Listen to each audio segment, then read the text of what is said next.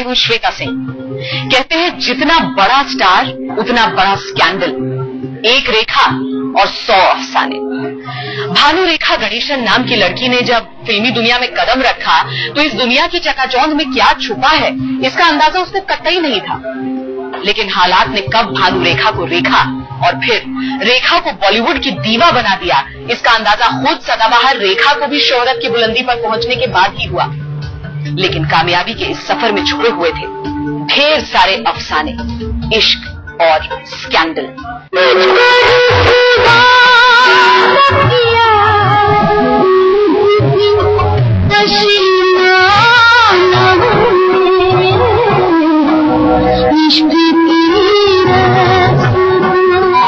न रेखा ने अपने इश्क को रुसवा किया और न ही खुद बेचैन।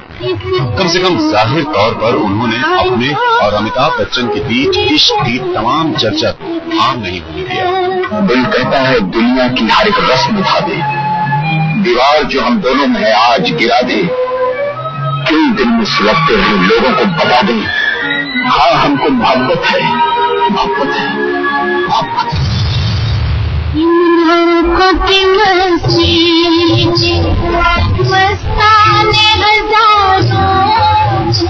लेकिन रेखा की जिंदगी में जो तूफान था उसे एक सहारे और एक किनारे की जरूरत थी। मुझे मोहब्बत का महज एहसास नहीं बल्कि मोहब्बत चाहिए।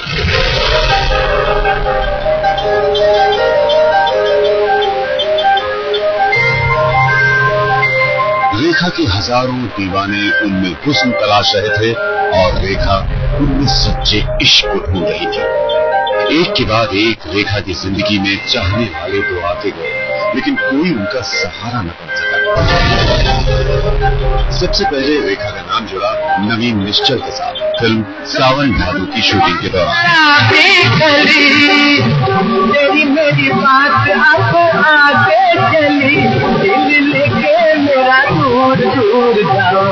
लेकिन रेखा को दिल लेके दूर जाना ही था क्योंकि उनके दिल में कुछ दिनों के लिए बसने वाले थे विश्वजीत।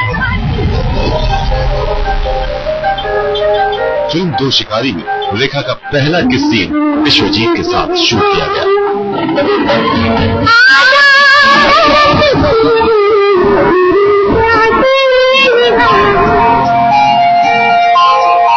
सिमी ब्रिट्स की रिपोर्ट के मुताबिक विश्वजीत ने रेखा को इतने जबरदस्त तरीके से किस किया कि रेखा बेहोश हो गई। रेखा का ये कहना था कि ये किस सीन उनके साथ धोखे से शूट किया गया। रेखा बेखबर थी और विश्वजीत पीछे से आए और उन्हें पकड़कर किस कर लिया। हालांकि रिपोर्ट में आगे ये भी कहा गया है कि रेखा ने इसके बाद कोलकाता में विश्वजीत के साथ कुछ वक्त भी गुजारा। लेकिन विश्वजीत का करियर खात्मे पर था और रेखा ऊंची उड़ान भरने की तैयारी में थी। इसलिए ये रिश्ता ज्यादा दिन न चल सका क्योंकि रेखा की जिंदगी में आने वाले थे नई उमंग लिए नए लोग।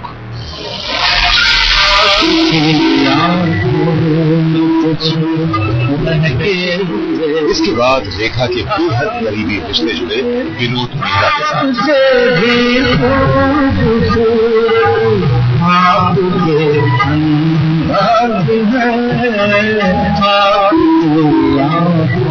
ये रिश्ता एक ख्वाब की तरह बीत गया और रेखा के दोस्ती के साथ जुड़े जितेंद्र के साथ।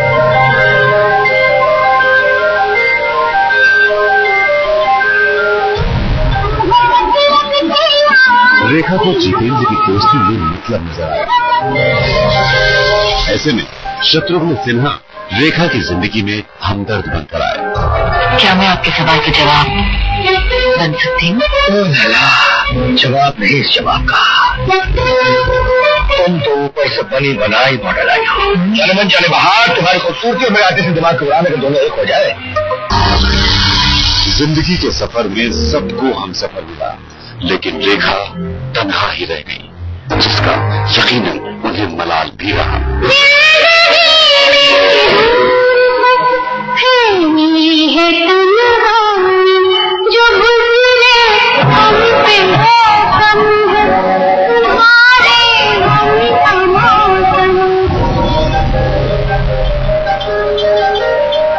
क्या थी रेखा की तलाश?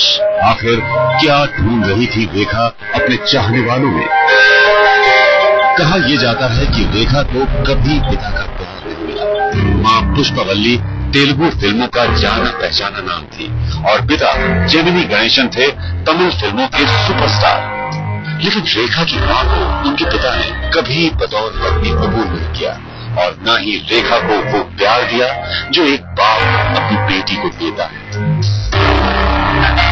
जरूरतों ने रेखा को बहुत छोटी उम्र में कैमरे के सामने खड़ा कर दिया। फिल्म सावन भादों के वक्त रेखा सिर्फ 16 साल की थी।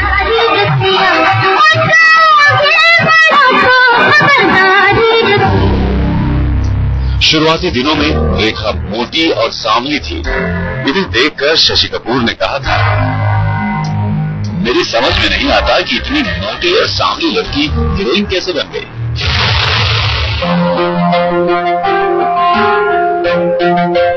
अपनों की मोहब्बत से महरूम रेखा को चाहिए था एक ऐसा साथी जो उनकी देखभाल करे, उनकी जिंदगी संवार दे। और ऐसे में उनकी जिंदगी में आए अमिताभ बच्चन और सावन भादों की अलहर लड़की बन गई बॉलीवुड की टीवा।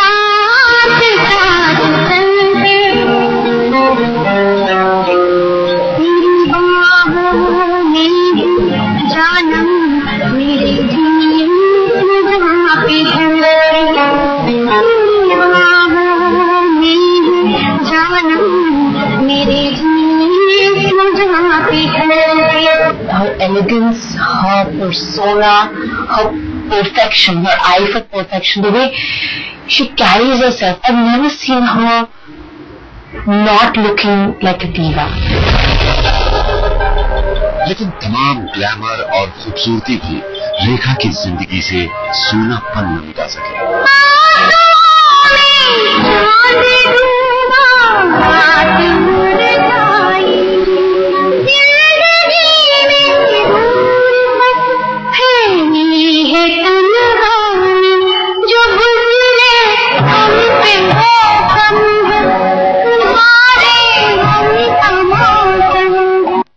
तो रेखा की जिंदगी में बहुत से चाहने वाले आए, लेकिन बेहद खामोशी से किसी ने रेखा के दिल पर दस्तक दी और बदल दिया उनके जहन को, उनकी सोच को। पहली बार उस शख्स ने रेखा को एहसास करवाया कि इश्क क्या है और इश्क के राज क्या है, और उस राज ने रेखा की जिंदगी ही बदल के रख दी। रेखा की जिंदगी में तूफान लाने वाला शख्स कोई और नहीं, अमिताभ बच्चन थे।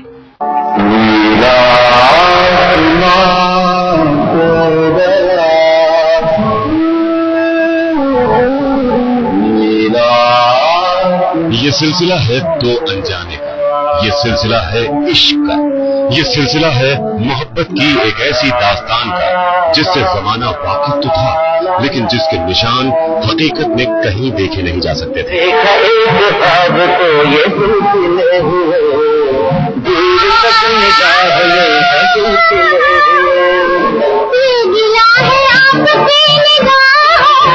अमिताभ रेखा के इश्क की शिद्दत को सिनेमा के पर्दे पर तो महसूस किया जा सकता था, लेकिन पर्दे के पीछे इश्क का जो तूफान था उसे परत दर परत खामोशियों की ओट में रखा जा रहा था ताकि कोई चर्चा न हो सके, न ही इश्क स्कैंडल में ढल सके।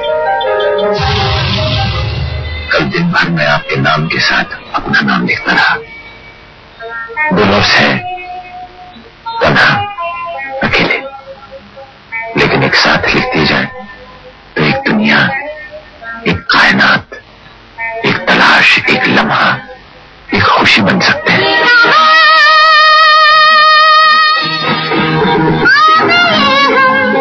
लेकिन कहते हैं इश्क छुपाए नहीं छुपता, और आखिरकार रुपहले पर्दे पर बुना जाने वाला इश्क का फसाना होठों पर आ ही गया जब रेखा ने 1984 में फिल्म फेयर को दिए एक इंटरव्यू में अमिताभ के इनकार में इश्क के इकरार के छुपे होने की बात कह दी।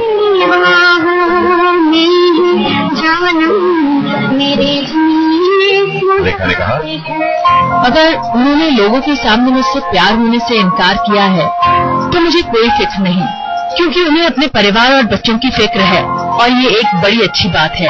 लोग क्या सोच रहे हैं मुझे इसकी कोई फिक्र नहीं, बस मैं इतना जानती हूँ कि मैं उनसे मोहब्बत करती हूँ।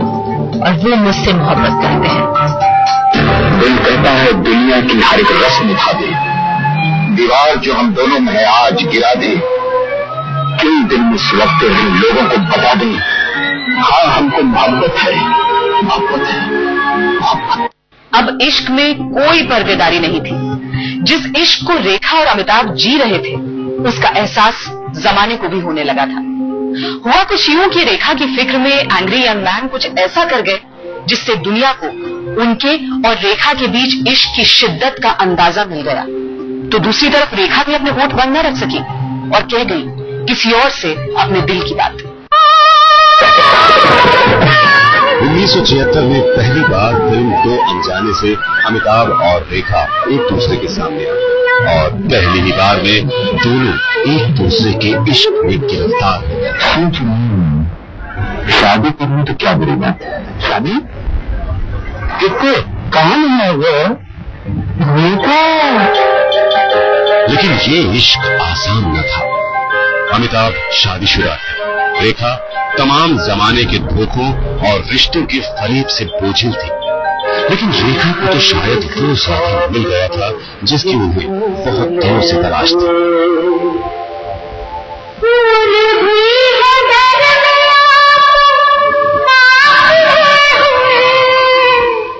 यहीं से दोनों की कहानी एक नई शक्ल लेने लगी, एक ऐसी शक्ल जिसने रेखा की तस्वीर बदल कर रख दी।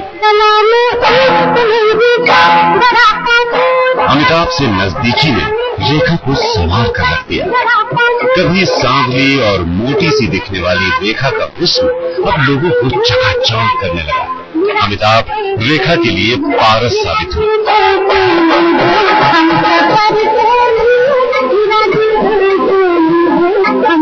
खास तौर से मुकद्दर का सिकंदर में पर्दे पर तो तकदीर साथ दे रही थी अमिताभ का, लेकिन असल जिंदगी में मुकद्दर ने साथ निभाया रेखा। इसीलिए कहता हूँ बात मेरी मान ले, तेरा हुस्न मेरी ताकत, तेरी तेजी मेरी हिम्मत, इस संगम से जो औलाद पैदा होगी यूं समझ औलाद नहीं फौलाद होगी।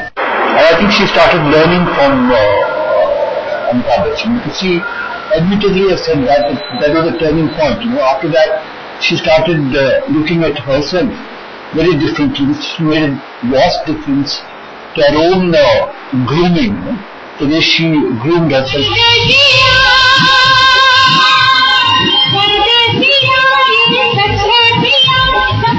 अमिताभ की शख्सियत की कशिश ने पूरी तरह रेखा को अपने तिलिस्म में बांध रखा। रेखा ने फिल्म फेयर को दिए एक इंटरव्यू में अपने दिल की बात कुछ ऐसे कही। मिस्टर नटवरलाल में अमित जी का शेरनी से फाइट सीन था। उस दिन शेरनी गुस्से में थी, कोई करीब नहीं जा रहा था। अमित जी आगे बढ़े, शेरनी भी गुर्रा कर आगे बढ़ी।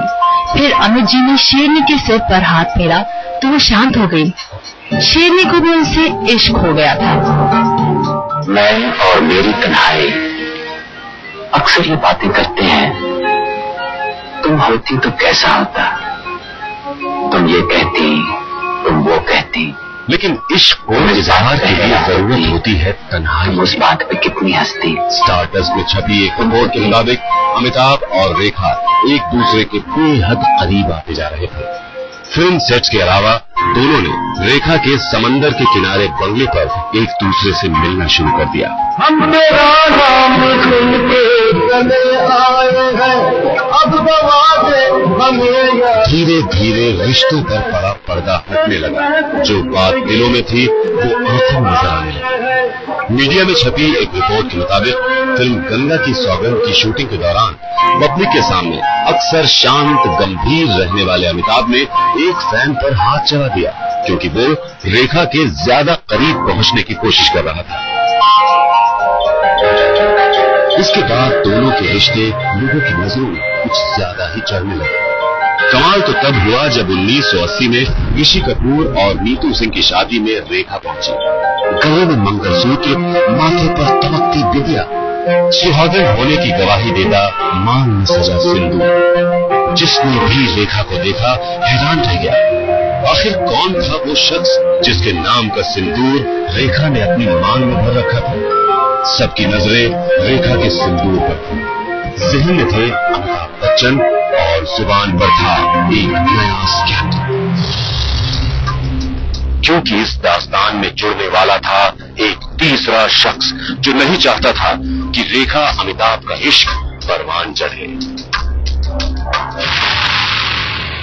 जब जमाने को अमिताभ रेखा के इश्क का पता चला तो कोई और इस दास्तान को सुनकर तड़प उठा। डायरेक्टर यश चोपड़ा के मुताबिक फिल्म सिलसिला की शूटिंग के दौरान उन्होंने रिश्तों में दरार पड़ते और शक को पनपते देखा। हालात कुछ ऐसे थे कि सेट था फिल्म सिलसिला का और लग यूं रहा था कि राख हो सकते हैं बहुत से रिश्ते असल जिंदगी में। रेखा और जया का एक दूसरे के सामने आना शुरू कर रहा था एक नया स्कैंडल। सोने की थारी में जो ना परोसा, अरे खाए गोरी का याद बलम मोहब्बत का ये सिलसिला लेने लगा था शक्ल एक स्कैंडल की। रिश्तों का ये जश्न सराबोर होने लगा था शक, बेवफाई और धोखे के रंग में, क्योंकि जो दिल में बसा था उसे जिंदगी में लाने की कोशिश हो रही थी और जो जिंदगी में था उससे रिश्तों की तोड़ने का इरादा बनाया जा रहा था। मजबूरी हालात की होती है उधर भी। सिलसिला की फिल्मी कहानी में पत्नी और प्रेमिका के बीच जज्बात से उलझते अमिताभ थे तो प्रेमी और उसकी पत्नी के साथ रिश्तों की डोर पकड़े हुए रेखा थी और इन दोनों के बीच थी पिसती हुई जया बच्चन। चांदनी को आप शादी से पहले से जानते थे? वैसे फंक्शन पर आने से आपने मुझे रोक दिया था। हाँ, मैं चांदनी को शादी से पहले थी। कहानी सुनी लेकिन सच्ची लग रही थी मेरे ड्रामा, क्योंकि असल जिंदगी में रेखा और अमिताभ की मोहब्बत की दास्तान अब एक राज नहीं रह गई। बातें सोचोगी तो खुद भी परेशान होगी, मुझे भी परेशान करोगी। ठीक है, मैं कुछ नहीं बोलती, खामोश हो जाती। इस बात की खबर जया को ही नहीं, सिलसिला फिल्म के डायरेक्टर यश चोपड़ा को भी खूब थी। बीबीसी को उस वक्त दिए इंटरव्यू में उन्होंने कहा था, अमिताभ और रेखा के सिलसिला फिल्म से पहले ही आपस में संबंध थे और जब ये रिश्ते फिल्म की शक्ल में सेट पर आए तो ऐसा लगा जैसे अमिताभ, जया और रेखा असली जिंदगी को ही पर्दे पर जी रहे हो। शूटिंग के दौरान रिश्तों के तनाव को महसूस किया जा सकता था, रिश्तों के फरेब और उसमें छुपे स्कैंडल की शिद्दत को महसूस किया जा सकता था। लगता था कि स्कैंडल की ये शोले भड़के तो इससे जुड़े हर शख्स को राख कर देंगे। जया को जब रेखा अमिताभ के रिश्तों का अंदाजा हुआ तो वो तड़प उठी। फिर आप क्यों भूलते हैं मैं एक औरत हूँ? मेरे लिए पति प्यार ही नहीं परमेश्वर है, विश्वास है। और रेखा बेहद बेबाकी से काम ले रही थी। कभी जो तोहफे अमिताभ ने रेखा को तन्हाई में दिए थे, रेखा उन्हें जमाने के सामने अमिताभ और अपनी मोहब्बत की निशानी के तौर पर दिखाने लगी। मैं आपके जन्मदिन पर मुबारकबाद न दे सका, उसकी सजा मैं खुद अपने लिए तजवीज करता हूँ। इस तारीख को हर महीने आपको फूलों का गुलदस्ता भेजता रहूंगा। लेकिन जया को ये कतई बर्दाश्त नहीं था कि कोई उनसे उनके अमित को छीन कर ले जाए।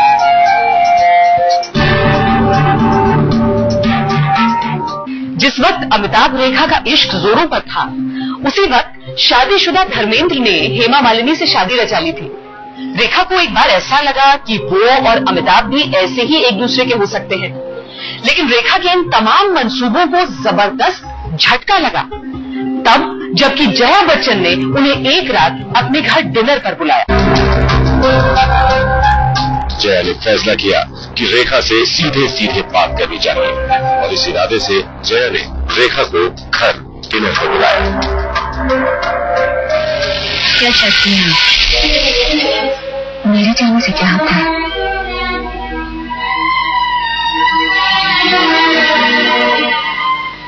उनका दामन छोड़ दीजिए, ये मेरे बस में नहीं और जो मेरे बस में नहीं उसे मैं कैसे कर सकती हूँ? रेखा ने इसके बाद मीडिया से जो कहा वो कुछ इस तरह से था।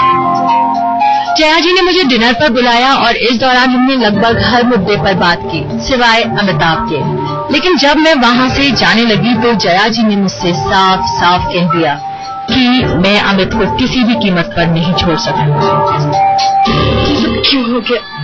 रेखा को अंदाजा हो गया कि अमिताभ कभी उनके नहीं हो सकते। इसके बाद कहा यह भी जाता है कि जया ने रेखा और अमिताभ को उनकी मिलने की सीक्रेट जगह पर भी पकड़ा। सब खामोश है। साथ ही जया ये भी कहती पाई गई, अगर अमित मुझे धोखा दे रहे हैं तो एक दिन उनका ज़मीर जागेगा और वो सही राह पर लौटेंगे। मैं आ गया हूँ, आया हूँ तो सारी दीवार तोड़कर है, अपने अतीत की, अपने प्यार की, अपने समझौतों की। मुझे विश्वास था आप जरूर आएंगे। अब इसके बाद सिर्फ एक बात याद रखना, तुम मेरी पत्नी हो, मैं तुम्हारा पति हूं।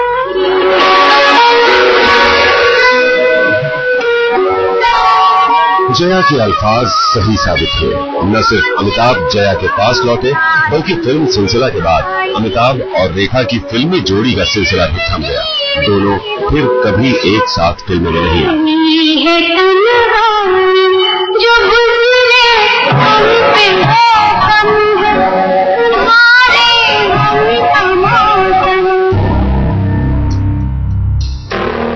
हालात बदले, जिंदगी की तस्वीर बदली। रेखा और जया एक बार फिर 30 साल बाद आमने सामने थे, लेकिन इस बार तमाम गिले शिकवे भुलाकर जया ने रेखा को गले से लगा लिया। लेकिन अमिताभ की जिंदगी के सफर में कई ऐसे मोड़ आए जो अपने साथ बीते दिनों की किताब भी लेकर आए। लगा कि दूर कहीं हालात के झरोखे से एक आवाज गूंज रही है, गुजर रही है कुछ इस तरह जिंदगी जैसे इसे किसी के सहारे की आंसू भी नहीं। मैं जानता हूं मेरे हम मगर यूं कभी कभी मेरे दिल में ख्याल आता है। जया से मुलाकात के बाद रेखा हो गया था कि उनकी और अमिताभ बच्चन की शादी हो पाना नामुमकिन है, लेकिन मीडिया में आई रिपोर्ट के मुताबिक रेखा और अमिताभ ने एक दूसरे से मिलना छोड़ा नहीं था। इनकी गुपचुप मुलाकात करवाने में मदद करती थी श्रीदेवी, लेकिन श्रीदेवी ने कुछ ऐसा ताना बाना बुना कि अमिताभ उनके दीवाने हो गए। श्रीदेवी ने न सिर्फ रेखा की आंखों में धूल झोंकी बल्कि उस वक्त के अपने बॉयफ्रेंड मिथुन चक्रवर्ती को भी चकमा दिया। बन गया एक और स्कैंडल।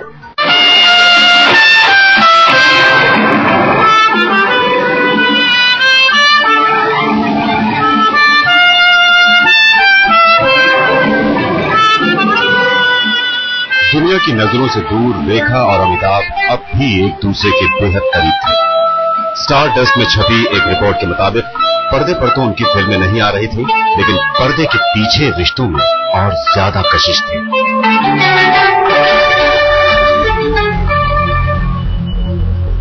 लेकिन गुपचुप मुलाकातों के लिए रेखा अमिताभ को चाहिए था एक ऐसा राजदार जो उनके पैगाम एक दूसरे तक पहुंचा सके, बेहद खामोशी से उनके मिलने की जगह तय कर सके।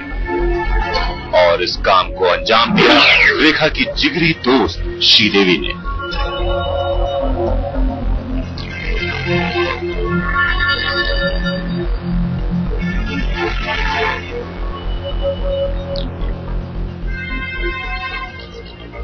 स्टार डस्ट की रिपोर्ट के मुताबिक रेखा को इस बात का इल्म नहीं था कि उनके रंग में डूबी श्रीदेवी उनके हर अंदाज को ही नहीं बल्कि उनसे जुड़ी हर चीज को हासिल करना चाह रही थी। उनकी निगाहें अमिताभ बच्चन पर भी थी और श्रीदेवी ने रेखा की ही अदाओं के दम पर आहिस्ता आहिस्ता अमिताभ से इश्क के ताने बाने बुनना शुरू कर दिया। मैं पीछे भागा आगे दौड़ी मुझे शुरू हो गई लव स्टोरी।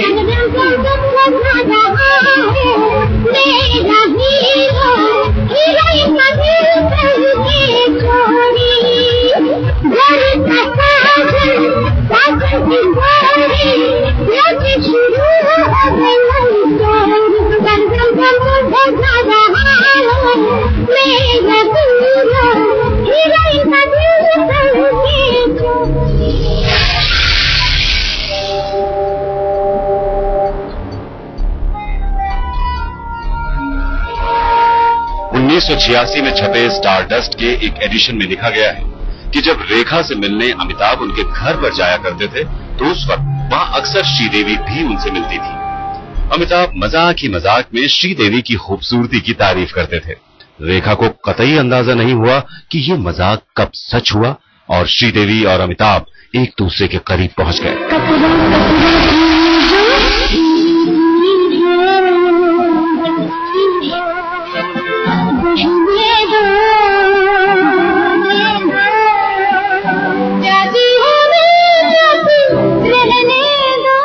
रेखा को शायद एहसास हो गया कि इश्क के आगे जहां और भी है। इसके बाद उन्होंने फिल्मों में अपने किरदार के साथ प्रयोग करने शुरू कर दिए। श्याम बेनेगल की कलयुग, गोविंद निहलानी की विजेता और गिरीश कर्नाड की उत्सव,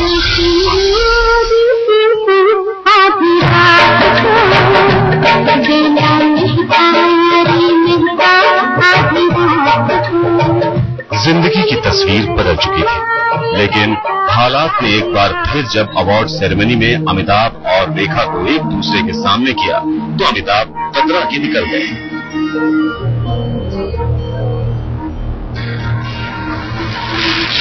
अमिताभ की इस बेरुखी पर लोगों ने यहां तक कहा कि रेखा जहां अमिताभ को लेकर दीवानी थी, अमिताभ रेखा को लेकर उतने सीरियस नहीं थे।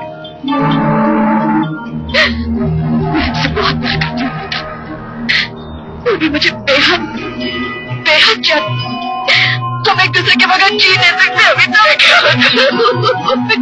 करूं अमिताभ ने रेखा को एक दीवा, एक ग्लैमर क्वीन बना दिया, लेकिन भानु रेखा से उन्हें रेखा बनाने वाले विनोद मेहरा थे। कहा यह जाता है कि सही मायनों में अगर रेखा से किसी ने इश्क किया तो वो विनोद मेहरा ही थे। लेकिन मीडिया की रिपोर्ट बताती है कि जिस वक्त रेखा विनोद मेहरा के साथ थी उस वक्त उनकी जिंदगी में दो शख्स और थे और उस वक्त भी जारी था स्कैंडल।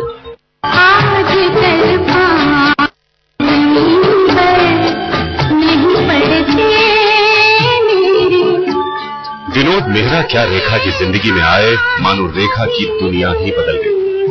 लेकिन इस इश्क में रेखा ने दिल देने के साथ जान देने की कोशिश भी की।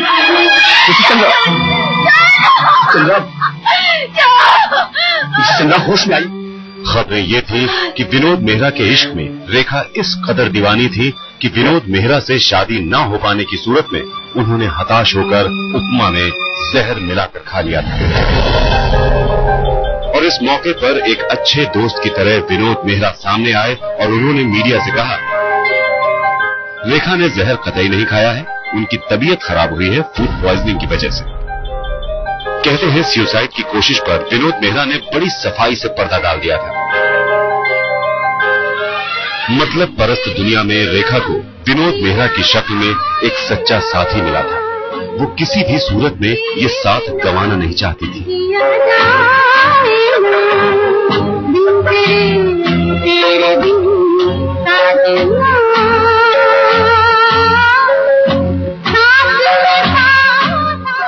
लेकिन आखिर वो कौन था जो रेखा को विनोद मेहरा के साथ नहीं देखना चाहता था? सच्चाई ये थी कि रेखा और विनोद मेहरा के इस रिश्ते के सख्त खिलाफ थी विनोद मेहरा की मां। जानबूझकर भी तुमने ऐसा किया? नहीं, बात का भी ख्याल नहीं किया। कोई फायदा नहीं, आप मुझे नहीं समझा सकेंगे और मैं आपको। कब और कैसे रेखा और विनोद मेहरा एक दूसरे के करीब आए इसकी खबर तो किसी को नहीं थी। लेकिन जब दोनों ने एक साथ रात की गहराइयों में घूमना शुरू किया तो उनका इश्क जमाने के सामने आया। हालांकि ये अफवाह भी फैली कि रेखा और विनोद मेहरा ने 1973 में शादी भी कर ली थी। लेकिन शादी की बात को नकारते हुए 2004 में टीवी पर दिए एक इंटरव्यू में रेखा ने कहा, मैंने और विनोद मेहरा ने शादी नहीं की थी। हाँ, वो मेरे सबसे बड़े शुभचिंतक थे और हमेशा मेरे शुभचिंतक रहे। लेकिन मीडिया में छपी खबरों की माने तो रेखा ने विनोद मेहरा से यहां तक कह दिया था कि उन्हें रेखा या अपनी मां में से किसी एक को चुनना पड़ेगा। मैंने कुछ गलत कहा? नहीं सोचते कभी? सोचता हूँ सर तुम्हारा, ये तो नहीं कुछ करो इस प्रॉब्लम का, ऊपर से ये सब लेकर बैठ गई। अरे इसमें डांटने की क्या बात है? बात आराम से भी तो हो सकती है। तुम सोचो ये सब, मेरे पास कुछ और भी है सोचने को। रेखा को अंदाजा मिल गया था कि विनोद मेहरा उनके नहीं हो सकते। ब्रिट्स में छपी एक रिपोर्ट के मुताबिक रेखा ने विनोद मेहरा के साथ साथ फिल्म प्रोड्यूसर यश कोहली के साथ भी वक्त गुजारना शुरू कर दिया। इत्तेफाक से जिस फिल्म में यश कोहली ने रेखा को हीरोइन दिया था उसका नाम था डबल क्रॉस। इस दौरान रेखा कभी विनोद मेहरा की फॉक्सवैगन में घूमती नजर आती थी तो कभी यश कोहली की ब्लैक फिएट में। लेकिन रेखा यही नहीं थमी। फिल्म डबल क्रॉस का सिलसिला असल जिंदगी में भी जारी था। रेखा को लोगों ने इस वक्त किरण कुमार के साथ भी देखा। हालांकि सिने ब्रिट्स में दिए एक बयान में रेखा ने कहा कि किरण कुमार के साथ घूमने के पीछे उनकी मंशा सिर्फ यश कोहली को जलाना था। वो किरण कुमार को लेकर कतई सीरियस नहीं थी। लेकिन यश कोहली, विनोद मेहरा और किरण कुमार के जहन में शक पूरी तरह घर कर चुका था और इनके साथ जुड़े रिश्ते महज स्कैंडल बनकर रहे। मैं नाटक करता हूं भाई साहब। जितना बड़ा स्टार उतना बड़ा स्कैंडल। छोटी उम्र में बड़ी जिम्मेदारियां संभालने वाली रेखा को जरूरत थी एक ऐसे साथी की जो उनसे मोहब्बत करे, उन्हें सहारा दे। लेकिन उनकी जिंदगी में कुछ लोग ऐसे आए जिन्होंने उनकी शोहरत के दम पर कामयाबी हासिल की, अपना मतलब साधा और उन्हें छोड़कर चले गए। चंद किस्सों और कुछ स्कैंडल के साथ।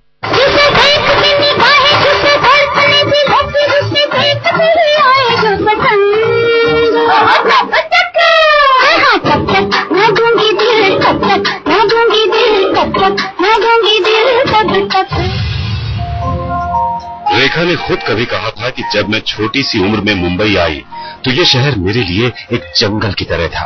लोगों ने मेरी मासूमियत का गलत फायदा भी उठाना चाहा। इसी दौर में रेखा की जिंदगी में जितेंद्र आए। जितेंद्र के सितारे गर्दिश में थे और रेखा बुलंदी पर थी। जितेंद्र ने रेखा के सहारे कामयाबी हासिल करनी चाहिए। सिने ब्रिट्स के मुताबिक फिल्म अनोखी अदा की शूटिंग के दौरान रेखा ने जितेंद्र को जूनियर आर्टिस्ट से ये कहते सुना कि मैं रेखा को पैरों की ठोकर में रखता हूँ और उन्हें एक डोर मैट से ज्यादा नहीं समझता। आई जाने की धमकी देने वाली, तेरे जाने से दुनिया खत्म हो जाएगी। कहाँ आ जाएगा, जा रही हूँ। एक दौर ऐसा भी आया जब जमाने की दगाबाजियों से तंग आकर रेखा पूरी तरह टूट गई। न सिर्फ जज्बाती तौर पर बल्कि लोगों ने उनके साथ लाखों रुपयों की ठगी भी कर ली। उनका नर्वस ब्रेकडाउन हो गया। इन हालात में उनकी जिंदगी में आए शॉटगन सहारा बनकर। जाने मन जाने बाहर, तुम्हारी खूबसूरती और मेरे आर्टिस्ट के दिमाग को उड़ाने का दोनों एक हो जाए तो मॉडलिंग की दुनिया तहलका मच जाए। हिंदुस्तान के हर अखबार, हर मैगजीन के कवर पे, दूरदर्शन पे बस तुम नजर आओ। अकेलेपन से जूझ रही रेखा ने 1990 में तब सबको चौंका कर रख दिया जब उन्होंने अचानक दिल्ली के एक उद्योगपति मुकेश अग्रवाल से शादी रचा ली। रेखा मुकेश अग्रवाल के साथ बेहद खुश थी, लेकिन शादीशुदा जिंदगी की खुशियां बहुत दिनों तक रेखा के साथ नहीं रही। कहा यह भी गया कि शादी के कुछ दिनों बाद मुकेश और रेखा में अनबन शुरू हो गई। दोनों के ख्याल एक दूसरे से मेल नहीं खा रहे थे। मुकेश अग्रवाल ने शादी के 1 साल बाद खुदकुशी कर ली। मीडिया में आई रिपोर्ट के मुताबिक खुदकुशी से ऐन पहले मुकेश अग्रवाल दिल्ली में अपने फार्म हाउस पर पहुंचे और कुक से खाना बनाने को कहा। इस बीच खुद वो अपने कमरे में गए और रेखा के दुपट्टे से फंदा बनाकर फांसी लगा ली। देखिए क्या होता है, कुछ लोगों को शादी रास नहीं आती है। मेरे ख्याल से रेखा उनमें से हैं जिन्हें कभी शादी रास नहीं आई। 2 शादियां हुई। विनोद मेहरा तो बेचारे, वो भी बहुत कम उम्र में उनका इंतकाल हो गया और इनका तो चंद महीनों में इन्होंने खुदकुशी कर ली। जिस वक्त मुकेश ने खुदकुशी की, रेखा उस वक्त अमेरिका में थी। ये दौर रेखा के लिए बेहद सख्त दौर साबित हुआ। जमाने ने एक बार फिर उनकी तरफ सवालिया नजरों से देखा। जज्बात के सहराओं में रेखा एक बार फिर अकेली रह गई थी। एक नया स्कैंडल फिर उनकी जिंदगी को झकझोर रहा था। आज रेखा समंदर के किनारे बने अपने बंगले में एक खामोश और सुकून भरी जिंदगी जी रही। सुबह 5 बजे उठना, योग करना, माना जाता है यही है उनके सदाबहार हुस्न का राज। वो मानती है उनके साथ उनका भगवान है, लेकिन एक नाम उनके साथ अभी भी जुड़ा हुआ है, एक स्कैंडल की तरह।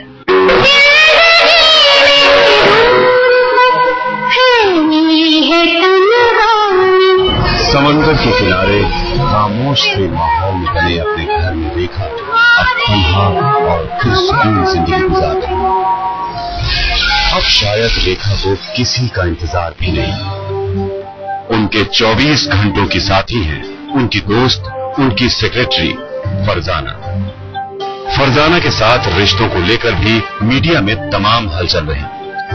मानो या न मानो, कुछ औरतें जन्म से ही गणिका होती है। पर सच तो ये है कि हर एक औरत के अंदर एक गणिका होती है जिसे वो किसी भी मर्द को अपनी तरफ आकर्षित कर सकती है। बातें तमाम है, लेकिन रेखा ने जिंदगी हमेशा अपनी शर्तों पर जी।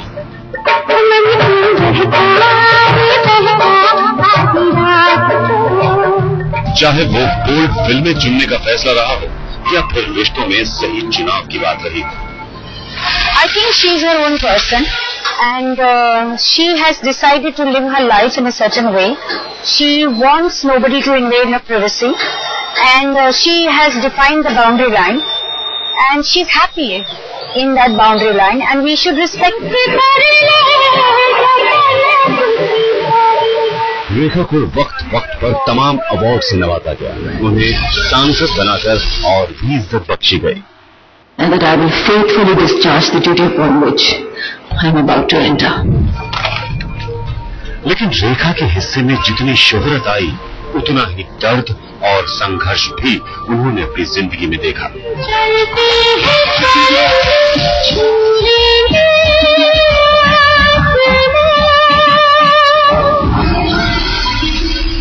रेखा को इस बात का मलाल भी रहा कि वो असल जिंदगी में मां नहीं बन पाई।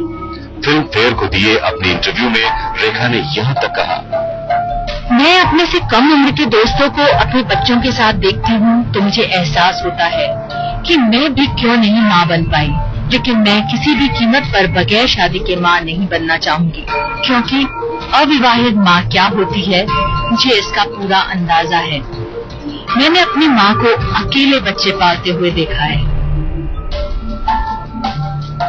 रेखा को जितना प्यार है अपने करियर, अपनी इमेज से, शायद उससे कहीं ज्यादा प्यार वो करती है अपनी माँ से। इसीलिए वो अपनी माँ के नाम पर बने बंगले पुष्पवल्ली के आगोश में ममता की गर्माहट और हिफाजत को महसूस करती है और दुनिया से नाता उतना ही रखती है जितना कि जरूरी हो।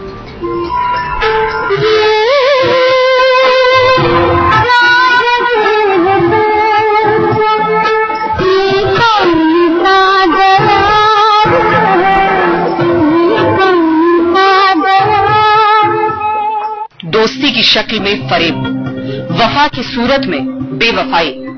रेखा को अपनी जिंदगी में अलग अलग मुकाम पर यही मिला, कुछ रुसवाइयां, कुछ स्कैंडल।